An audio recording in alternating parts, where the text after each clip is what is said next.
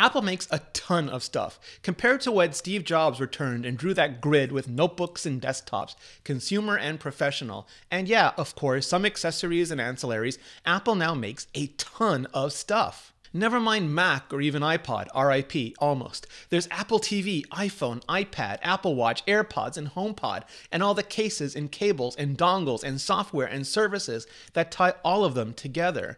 And then there's a new Mac Pro and Pro Display on their way.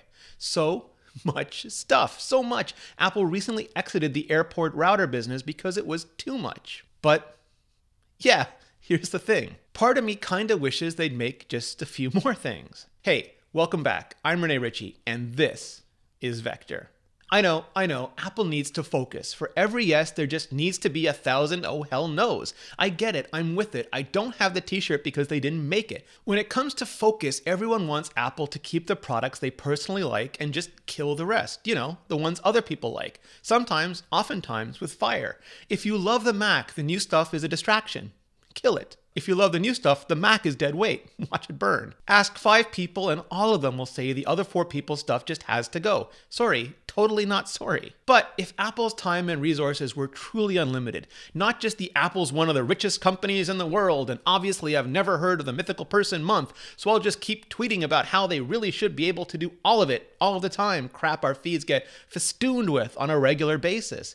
But for really real unlimited, here are some of the things I would be super interested to see. I've mentioned the lust in my heart for a HomePod theater in a few videos already. Sure, it could just be an existing HomePod stereo pair with a dedicated home theater mode, one that stays connected to Apple TV and provides as close to Dolby Atmos-like sound as computationally, audially possible. But it could also be a bar or an ellipse or a tesseract or whatever Jonathan Ives' team of industrial designers come up with. Something that looks terrific mounted near your TV, but sounds even better filling up your TV room. If it connected wirelessly through some next-generation Apple W Series silicon in the speaker array and a future Apple TV, that'd be cool. Though if it doesn't also have HDMI and Bluetooth, the hot takers will be scalding.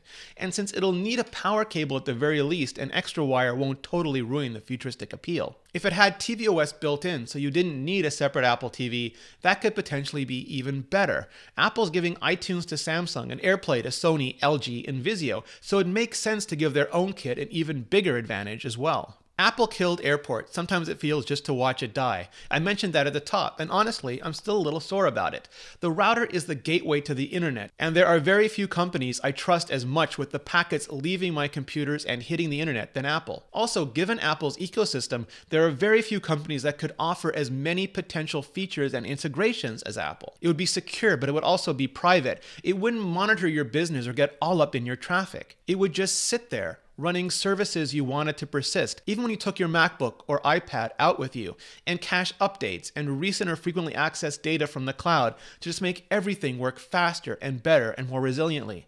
Make it mesh so you could drop one anywhere in your home or office that you need to. Maybe even make it double as a HomePod mini so it keeps the cover of routers being over, but really just starts putting router nodes into everything else, including the next HomePod not mini, the next Apple TV not dongle, and so on. Basically, every Apple device that's plugged permanently into a wall becomes part of the mesh and makes all your stuff available everywhere you are. Take my money.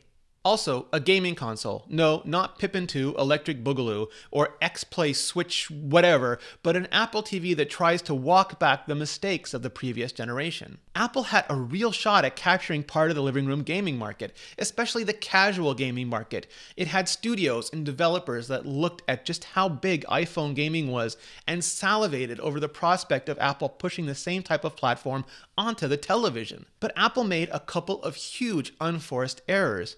First, someone somehow convinced the rest of the product and executive team that it was okay to mandate that every game had to support the Siri remote as a game controller.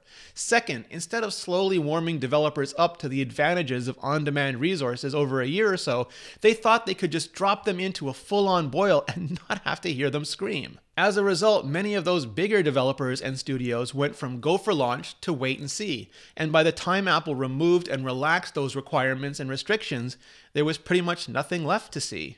So Apple's story very quickly went from the future of TV as apps and games to, oh hey look, 4K HDR, and the rest is the present. To be clear, Apple doesn't need the living room gaming market. It's all up in the even more enormous smartphone and PC markets. But some of the people who love Apple the most also love gaming, including people at Apple. And if Apple were to make a version of the Apple TV that was bundled with an Apple game controller, maybe even different retro controllers licensed from different famous gaming consoles of the past that came with games from those consoles, so you could play Sonic and Virtua Fighter, Samurai Showdown, and sure, Galaga, that could be enough to reignite interest. Of course, so could the rumors of an Apple gaming subscription service as well. Now, I still think early Apple television rumors were based on financial analysts hearing reports of the original 27-inch iMac panels flowing into the supply chain and just hope-assuming anything that big back then simply had to be a TV. Sorry, Gene. Rumor has it, though, that Apple did prototype at least a few different television products over the years, but ultimately chose not to ship any of them. At least not outside ID's Super Bowl parties. Probably because televisions have razor-thin margins and really long replacement cycles, two things that are antithetical to Apple's traditional business model. So even knowing that, why do I still want Apple to make one? Easy, for the same reason I want Apple to make anything. The current ones still kinda suck. I mean, the display tech is great. LG OLED is terrific and others are catching up, and micro LED is on the horizon, and we have HDR and 8K is about to go mainstream, and all of that is good. Great, it's fantastic, really. But the software on almost all of them still sucks, and the smart TV apps tend to totally suck, and you can trust them not to spy on you and harvest and broker your data about as far as you can throw them, with one hand, using one finger. A not smart TV, one that's just a terrific panel without any of the spyware or crapware on it, would likely be the ideal for many. Buy it, mount it, hook up an Apple TV or whatever box is your favorite to it, and just start streaming. But an Apple television that runs tvOS essentially has Apple TV inside, with multi-person Face ID for security, immediate dynamic account switching, and even FaceTime calls, and includes that Atmos quality HomePod theater speaker array, that mesh router, and that Apple gaming system built in. And modular, like the new Mac Pro is rumored to be, so you can snap in new brains and new wireless and upgrade the silicon, even if you want to keep the screen for many more years. A revolutionary television with computational audio, a secure home mesh hub, a video and entertainment system. Are you getting it? These are not three separate devices. This is one device. Sorry, Steve, I had to. But hey, however you want to market it, you could certainly do it with margins that aren't quite so razor thin. At least until AR glasses make most TVs obsolete. Wrapping my head around that requires the kind of cerebellar elasticity that, you guessed it, can really be honed with Brilliant. In just 5 minutes a day, Brilliant provides you with the context and frameworks that you need to tackle a specific problem. Could be code, logic, neural networks, machine learning, math, whatever. But the important thing is that you learn the concepts by applying them. If you like the problem and want to learn more, there's a course quiz that explores the same concept in greater detail. These thought-provoking challenges will lead you from curiosity to mastery, one day at a time, in no time. And the first 200 of you will get 20% off the annual subscription to view all problems in the archives. So what are you waiting for? Go to brilliant.org/vector and finish your day a little smarter every day. Thanks, Brilliant, and thanks to all of you for supporting the show. A lot of my videos are serious, real serious. This one was different. This one was for fun.